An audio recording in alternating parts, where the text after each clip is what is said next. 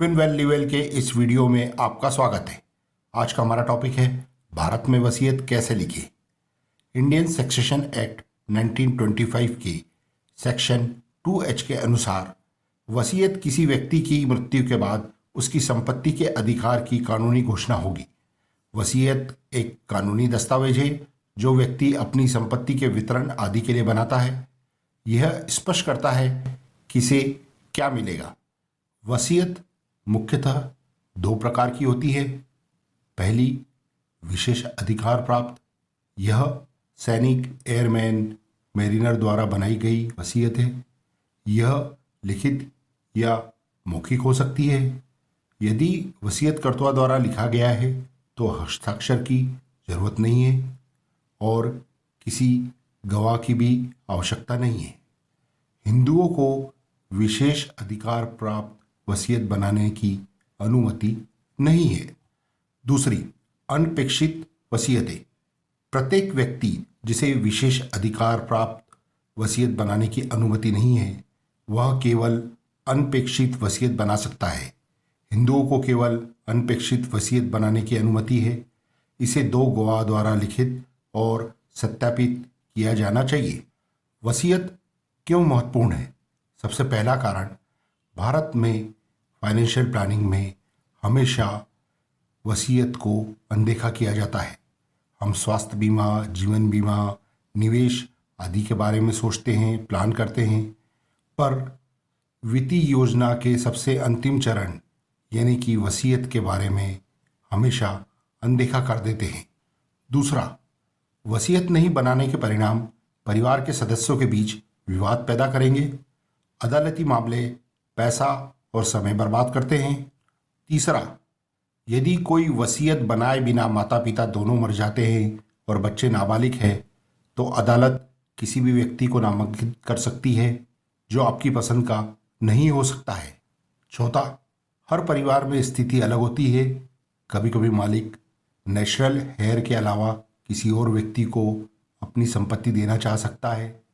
ऐसे में अगर वो वसीयत नहीं करता है तो जिस व्यक्ति को वो संपत्ति देना चाह रहा था उसे वो अधिकार नहीं मिलेगा, उसके साथ न्याय नहीं होगा। प्रसिद्ध प्रेमदा बिरला मामला इसका एक उत्कृष्ट उदाहरण है। वसीयत कौन कर सकता है? अच्छे मानसिक स्वास्थ्य का कोई भी व्यक्ति जो नाबालिग नहीं है वो वसीयत कर सकता है। हिंदुओं को पैतृक संपत्ति के लिए वसीयत बनाने का अधिकार नहीं है। यह स्वचालित रूप से प्राकृतिक अधिकारी के पास जाएगा। विल को रजिस्टर कैसे करें? विल अगर सादे कागज पर लिखी है और ओनर द्वारा साइन की गई है और दो गवाह द्वारा अटेस्टेड की गई है तो वह लीगली वैलिड होती है। पर इसे रजिस्ट्रार ऑफिस में दो गवाहों द्वारा रजिस्टर करवाना ज़्यादा बेहतर होता है किसी भी विवाद को टालने के लिए। वसीयत पर कोई भी स्टैम्प ड्यूटी नहीं लगती है। इसे आप रजिस्ट्रार के ऑफिस में सेफ कस्टडी के लिए भी रख सकते हैं। वसीयत का मालिक चाहे तो वसीयत में कितनी भी बार कोई भी बदलाव कर सकता है। वसीयत कैसे लिखें? सबसे पहले अपनी संपत्ति के बारे में घोषणा करें कि आप पूरे होशो-हवास में एक वसीयत बना रहे हैं।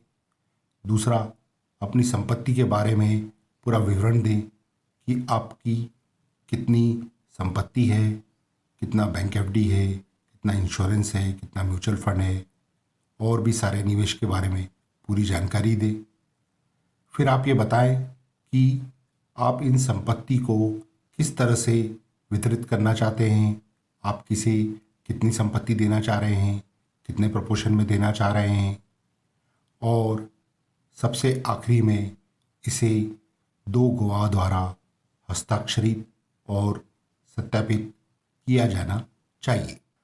वसीयत बनाते समय कुछ महत्वपूर्ण बिंदुओं को ध्यान में रखना चाहिए। पहला, उस पर तारीख सही तरह से डली होनी चाहिए। हमेशा अच्छी क्वालिटी के पेपर्स का इस्तेमाल करें और 2 कॉपी सेफ कस्टडी में संभाल कर रखें। आपके गवाहों की उम्र बहुत ज़्यादा नहीं होना चाहिए ताकि आने वाले समय में वह जीवित रह सके।